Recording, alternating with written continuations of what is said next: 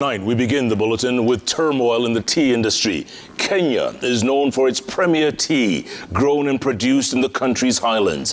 But this industry has in the last few weeks been the scene of violent confrontations between locals and large-scale producers. Well, the conflict largely blamed on the mechanization of the labor component of the production. But is that all there is to the biggest threat, aside from climate change, to one of the country's top earners?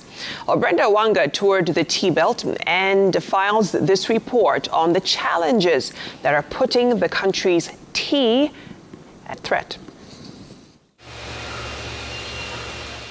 It started on a low key from mid-2022. Local residents in the tea-growing belt that covers Kericho, Bomet and Nandi counties illegally plucking tea from the region's big multinational tea estates and factories and selling it to the smaller ones. The illegal pluckers, emboldened by their claim of losses of jobs,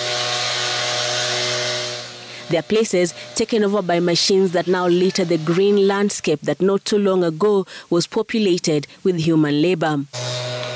But the assault on the estates escalated from the green leaves and the bud to the handheld and human-operated tractors that now roam the tea fields, quickly harvesting the tea leaves. At the peak of the attacks, a near full-blown confrontation between the local residents, now rendered jobless, and the multinationals keen to cut costs and improve productivity. By the time the fires were put out, the damage had been done. Tea plucking machines lay torched in the fields and by the roadside. The rage against the machine extending into the tea estate's future. Thousands of tea seedlings vandalized. Greenhouses destroyed in one of the worst attacks on the big tea estates in the county.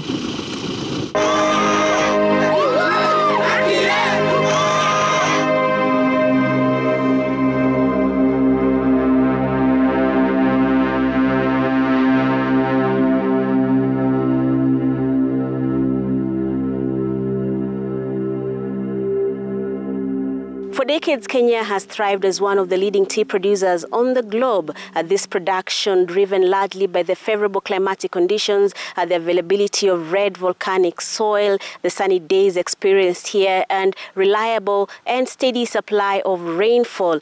But this industry has in the recent past been hit by wrangles between the locals and the multinationals, aside from the global challenge of climate change. The fields here are slowly recovering from the devastating effect of the just past drought, and the green that Kericho is famed for is once again manifesting, one green leaf at a time, weaving into a tapestry of well-trimmed carpet of shrubs whose produce has for years fed, clothed and educated thousands of families here and beyond. Indeed, since the first tea bush was planted in Kenya in 1903 and commercial tea planting started in 1924, tea has remained a mainstay for the tea-growing highlands of Nakuru, Narok, Kericho, Bomet, Nyamira, Kisii, Kakamega, Bungoma, Vihiga, Nandi, Elgeyo Marakwet, Trans Nzoia, Kiambu, Murang'a, Nyeri, Kirinyaga, Embu, Tharaka Nithi, and Meru. The tea industry is responsible for earning Kenya 120 billion shillings every year in export earnings and a further 22 billion shillings on local sales garnered from the 450 million kilograms of tea produced yearly. The industry also supports about 5 million people directly and indirectly, while an estimated 650,000 tea growers depend on tea, making the industry one of the leading sources of livelihoods in the country. This has been the situation for residents of Kericho for over 60 years. Residents have turned up to work in the tea plantation, and in return, the tea estates have sustained their livelihoods. This symbiotic relationship has been responsible for the growth of towns and village centers built around the tea estates and factories. But things have been changing as the globe embraces the evolving technological advances. In places where men and women broke their backs plucking tea for hours on end, machines sweep through rows of bushes in record time. The labor cost and time spent collecting the produce has reduced by more than 70%, but so has the source of livelihood and the economic landscape of the now redundant labor force.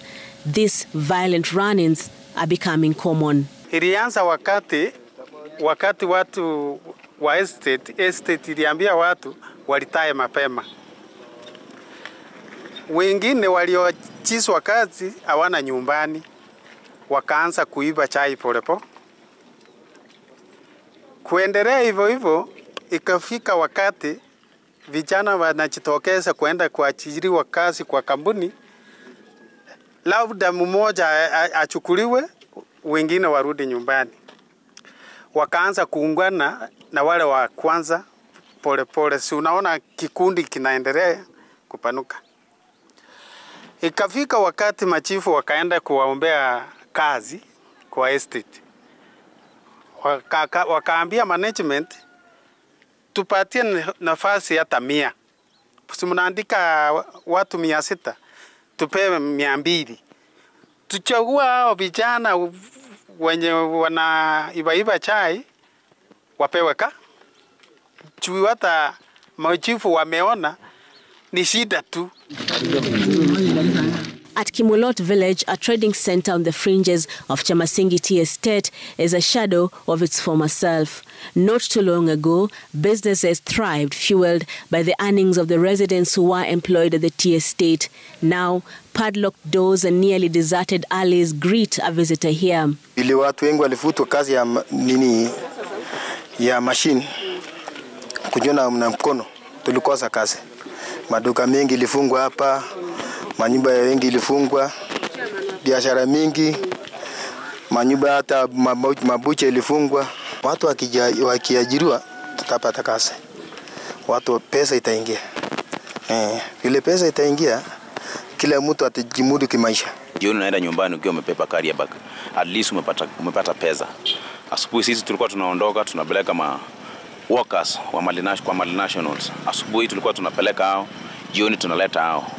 Alafu hao walikuwa naenda wanapata riziki. Pia hata na sisi tulikuwa tunapata riziki yetu. Ingawapo saa hii nikiongea hata mimi saa hii sichapeleka customer. Na hiyo ni changamoto yenye ililetwa na multinational baada ya kuleta machines.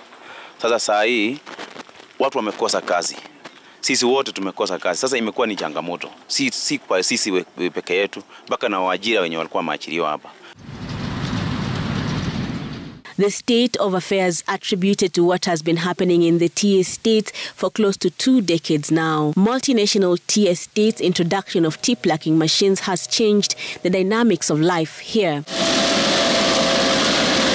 Where an individual tea picker would pluck at most 45 kilos of tea a day, the machines are doing nearly 9 times that amount. The tea growers say this has been beneficial to their business. The reason for going automation and mechanization is as a result of rising cost of production. When you look at the cost of production in an estate, and this is an estate that has several hundreds of acres of tea bushes, they used to be highly labor intensive those days.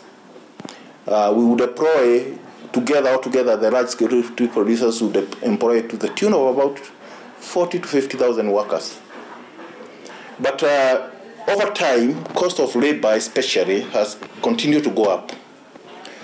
These are workers who are represented by a union, the Kenya Plantation and Agricultural Workers Union. While the tea estate reaps significant benefits from the machine, residents and unionists decry its crippling impact.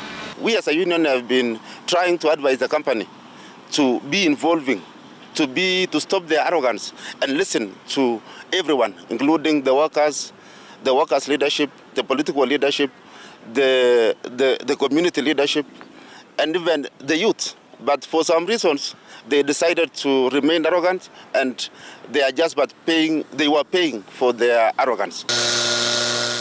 The machine's takeover has undoubtedly upset the cart, but it isn't something that happened yesterday. Indeed, the back and forth between the tea estates and the locals over the machines has been the subject of a now concluded court battle that saw the estates get the green light to mechanize. However, the recent violent confrontations are also rooted in a more hidden agenda. While the attacks on the multinationals in the recent spate of violence has been blamed on unemployment as a result of the takeover of jobs by machines, it has not been lost on the population that the politics of elections of 2022 and the continued funding of the same by politicians has also played a part.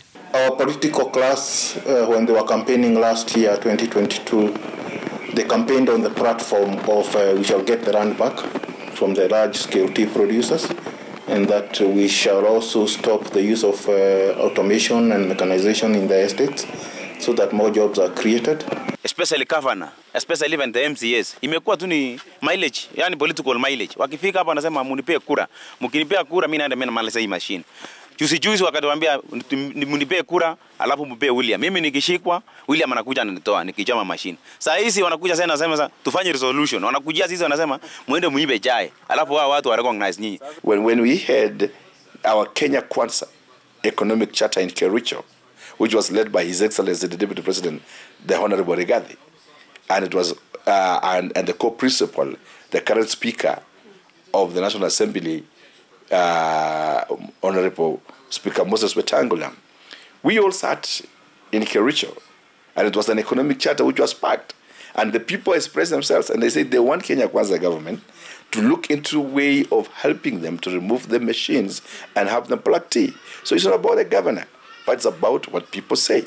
And it's something which really went beyond the governor into becoming a whole Kenya Kwanza charter. Kericho County Governor, elected on the promise to wrestle back the lost jobs from the machines, now says the current prevailing situation is not just about the machines and what they have taken from the locals, but also a more deep-seated problem that traces its roots back to the colonial times. Where there's a feeling that the community feels like that they own the land, and with this land that they own, the business do not seem to benefit them, or the people running the business or the multinational do not seem to benefit them.